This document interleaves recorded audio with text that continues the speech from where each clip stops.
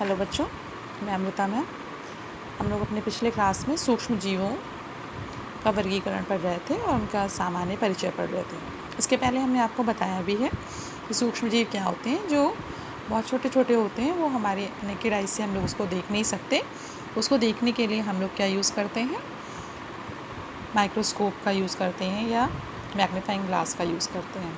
कई चीज़ें हमने बताई थी। 4 प्रकार के सूक्ष्म जीव होते हैं हमारे, जैसे जीवाणु है, विषाणु है, कवक है, प्रोटोजोआ है ना। कुछ ऐसे होते हैं जो परजीवी होते हैं, दूसरे के ऊपर पलते हैं। तो आज हम लोग पढ़ेंगे सूक्ष्म जीवों द्वारा होने वाली बीमारियाँ, क्या क्या बीमारियाँ हो सकती हैं। तो सूक्ष्म जीव जो होते हैं सर्वव्यापी होते हैं। सर्वव्यापी का मतलब जो सभी जगह मिलते हैं और जीवधारियों को जीवन को प्रत्यक्ष व परोक्ष रूप से प्रभावित करते रहते हैं। जैसे आजकल आपको क्या है, सर्दी जुकाम हो रहा है, तो वो किसके द्वारा होता है? वायरस के द्वारा होता है। कोरोना है, वो भी वायरस के द्वारा फैल रहा है। तो या तो डायरेक्ट आपको इफेक्ट कर रहा है या इनडायरेक्टली आपको इफेक्ट करता है। मनुष्यों, जंतुओं और पौधों में अनेक रोग उत्पन्न करते हैं। रोग उत्पन्न करने वाले सूक्ष्म जीव रोगाणु कहलाते हैं। मनुष्यों में रोग उत्पन्न करने वाले सूक्ष्म जीव श्वास द्वारा, जैसे हम लोग सांस लेते हैं तो सूक्ष्म जीव हमारे सांस से अंदर चले जाते हैं। खाने पीने से हम लोग के कोई हम खा रहे हैं, पी रहे हैं। आजकल जो वायरस चला है, कोरोना वायरस जो है, वो हमारी टच से जब हम किसी को टच करते हैं, अगर कोई पॉजिटिव व्यक्ति है, उसको हमने टच किया तो हमारे हाथों में आ जाएगा। फिर हम खाए पिएंगे तो हमारे बॉडी के अंदर वो प्रवेश कर जाएगा। तो इस तरह से वो हमारे शरीर में प्रवेश करते हैं और रक्त में मिल करके हमारी इम्यूनिटी सिस्टम को कमज़ोर करते हैं। और सूक्ष्म जीव द्वारा होने वाले ऐसे रोग संक्रमित व्यक्ति से स्वस्थ व्यक्ति में वायु, जल, भोजन अथवा संपर्क द्वारा फैलते हैं। जैसे हम लोग कहते हैं ना कि कभी भी खांसी आए, छींक आए तो हमेशा मुंह पर हाथ रख लेना चाहिए, कोई हैंकी रख लेना चाहिए, जिससे कि उसके जीवाणु जो है वो दूर दूर फैले ना। संक्रमण और कुछ ऐसे रोग होते हैं जो कि छूने से फैलते हैं। जैसे भी आपका कोरोना वायरस चल रहा है, कोरोना वायरस के लिए जो आपका है, तो वो भी आपका क्या है, छूने से फैल रहा है, तो वो संक्रमण रोग कहलाता है। सिर्फ संचारी रोग कहलाता है। इसे हम लोग संचारी रोग भी कहते हैं, जो एक से दूसरे में लगातार फैलता जाता है। तो इस तरह से सामान्य सर्दी है, ज़ुकाम है, क्षय रोग यानी टीबी जिसे हम लोग कहते हैं, ट्यूबरकुलोसिस कहते हैं। तो ये सब जो हैं हमारे एक लोगों से दूसरे लोग में आसानी से पहुंच जाते हैं।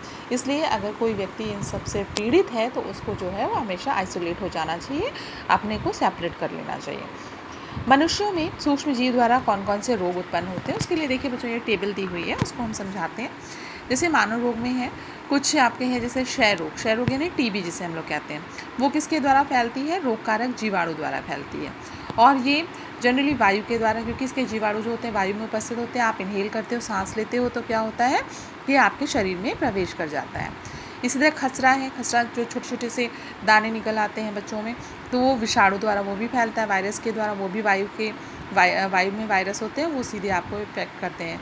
वही चिकन पॉक्स भी वही चीज़ होती है, विषाणु द्वारा वायु या सीधे संपर्क से होता है। कहते हैं ना, किसी चिकन पॉक्स होता है तो उसको अलग कर देते हैं हम लोग।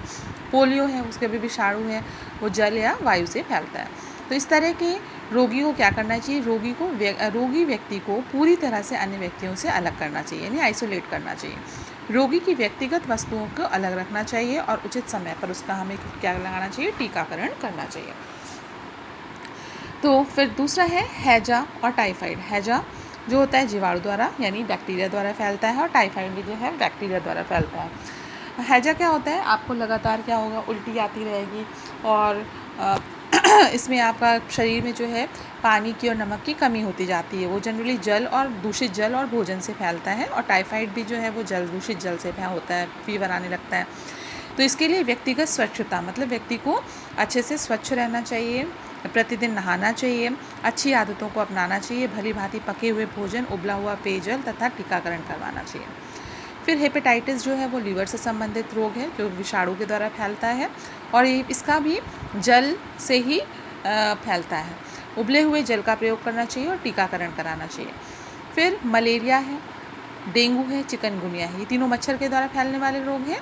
तो मच्छर के द्वारा फैलते हैं, इसके लिए हम लोग मच्छरदानी का प्रयोग करें, मच्छर भगाने वाले रसायनों का प्रयोग करें इस तरह से, और आसपास कहीं पानी भरने ना दें। इस तरह की चीज़ें हम लोग को करनी चाहिए। एक होता है जापानी मस्तिष्क ज्वर, इसे हम लोग इंसेफेलाइटिस बोलते हैं। ये भी वायरस के द्वारा होता है, मच्छर के द्वारा। एक्यूट जो है इंसेफेलाइटिस जो है वो भी विषाणु द्वारा होता है, मच्छर सिंड्रोम जो है। तो ये भी आपका क्या है, मच्छर पानी हवा खान पान से होता है, पान की सामग्री से होता है, तो इसलिए इसके लिए भी हम लोग क्या करेंगे, मच्छरदानी का प्रयोग करना चाहिए। आसपास DDT पाउडर का छिड़काव करना चाहिए, मच्छर भगाने वाला यंत्र यूज़ करना चाहिए। मतलब ये है कि हमें आसपास जो है गंदगी को ढेर नहीं होने देना चाहिए। और आजकल सबसे मेन जो है आपका कोरोना वायरस, जिसकी वजह से आप लोग घर से पढ़ाई कर रहे हो, उसके बारे में तो हमें लगता है बताने की भी ज़रूरत नहीं। वो एक संचारी रोग है जो कि उसका वायरस बहुत ही सूक्ष्म है, जो कि एक दूसरे से टच करने से फैलता है, इनहेल करने से भी आपके शरीर के अंदर जा सकता है। इसीलिए कहा जाता है कि मास्क को हमेशा लगाए रहना चाहिए और किसी भी संक्रमित व्यक्ति के संपर्क में नहीं आना चाहिए। तो नेक्स्ट है आपका डेंगू। डेंगू आप जानते हो, सुना ही है, विषाणु द्वारा फैलने वाला रोग है। और डेंगू रोग को डेंगू रोग से पीड़ित व्यक्ति का स्वस्थ मनुष्य में टाइगर मच्छर द्वारा यानी एडीज मच्छर द्वारा काटने से होता है। टाइगर मच्छर जो है वो इसका वाहक होता है। वाहक यानी एक जगह से दूसरी जगह ले जाने का कार्य करता है। यह मच्छर दिन में काटता है। डेंगू रोग से पीड़ित व्यक्ति में तीव्र ज्वर, सिर दर्द, आँखों के पीछे दर्द होता है, शरीर पर चकत्ते निकल आते हैं और कभी कभी जो होता है आपको तेज़ ज्वर यानी तेज़ जो है बुखार होता है और नाक कान या मुंह से रक्तस्राव भी होने लगता है। क्योंकि डेंगू में जो होता है प्लेटलेट्स की कमी हो जाती है। जब प्लेटलेट्स कम हो जाती है तो जो अंदर रक्त वाहिकाएँ हैं वो फट जाती हैं और वो नाक से, मुंह से, कान से आपका ब्लड निकलने लगता है। तो डेंगू से पीड़ित व्यक्ति को आराम करना चाहिए तथा कुशल चिकित्सक को दिखा करके उपचार करना चाहिए और सबसे मेन चीज़ अपनी इम्यूनिटी को स्ट्रॉन्ग करना चाहिए। नेक्स्ट चिकनगुनिया है। चिकनगुनिया भी टाइगर मच्छर द्वारा ही फैलता है। इसमें क्या होता है, आपके जो जॉइंट्स होते हैं, जितने भी जोड़ होते हैं, वहाँ पे काफ़ी दर्द होता है, फीवर आता है। यह रोग रोगी से स्वस्थ व्यक्ति को टाइगर मच्छर के काटने से फैलता है। चिकनगुनिया से पीड़ित व्यक्ति में तीव्र बुखार तथा जोड़ों में दर्द होता है। कभी कभी जोड़ों में सूजन भी आ जाती है। चिकनगुनिया से पीड़ित व्यक्ति को आराम करना चाहिए और डॉक्टर की सलाह से उपचार करना चाहिए।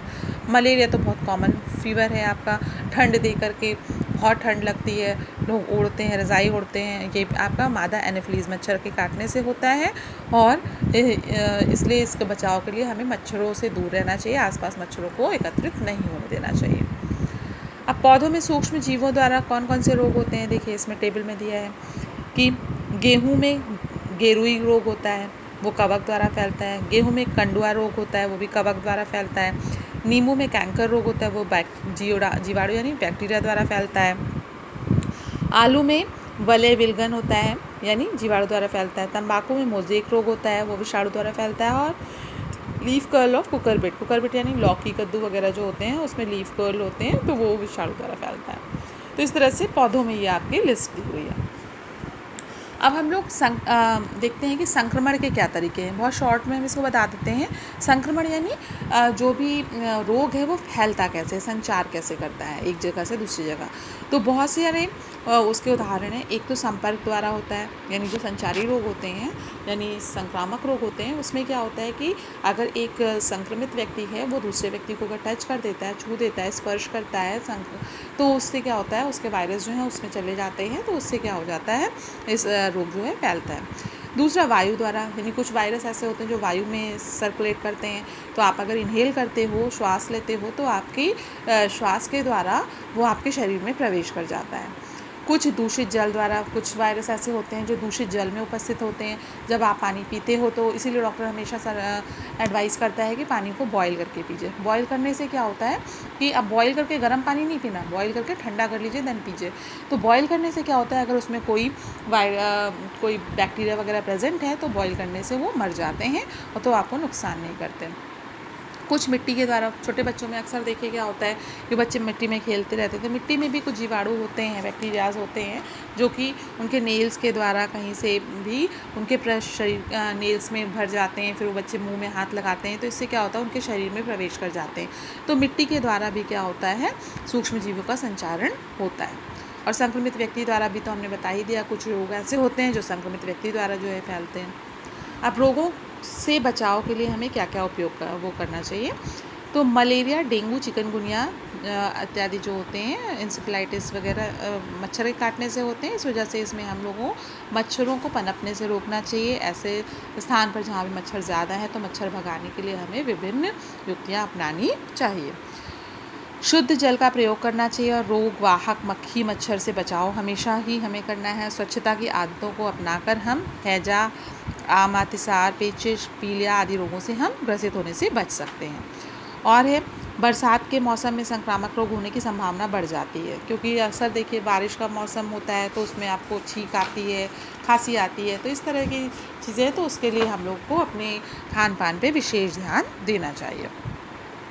इस तरह आपने देखा होगा बरसात में इस समय कीड़े मकोड़ों की संख्या में भी वृद्धि हो जाती है। साथ ही धान के खेतों में, गड्ढों में, तालाबों में आदि मच्छर लार्वा पैदा हो जाते हैं, क्योंकि धान तो जो है पानी में ही होता है, तो जिससे मलेरिया, डेंगू, चिकनगुनिया आदि जो है होने की संभावना रहती है। तो मक्खी मच्छर आदि से आप भली-भांति परिचित हैं।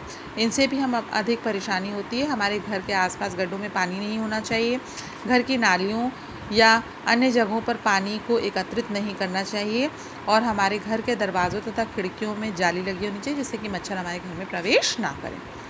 व्यक्तिगत स्वच्छता होनी ही चाहिए। आप जानते हो प्रतिदिन स्नान करना चाहिए, शरीर की सफाई करनी चाहिए, हाथ को बार बार साबुन से धोना चाहिए, खांसी आने पर मुंह पर रुमाल रख लेना चाहिए, वातावरण स्वच्छता जैसे खुले में शौच नहीं जाना चाहिए और इत्यादि पर हमें विशेष ध्यान देना चाहिए। तो बच्चों, इसको आप लोग पढ़ लीजिएगा, फिर आगे हम लोग नेक्स्ट क्लास में कंटिन्यू करेंगे। Thank you, have a nice day.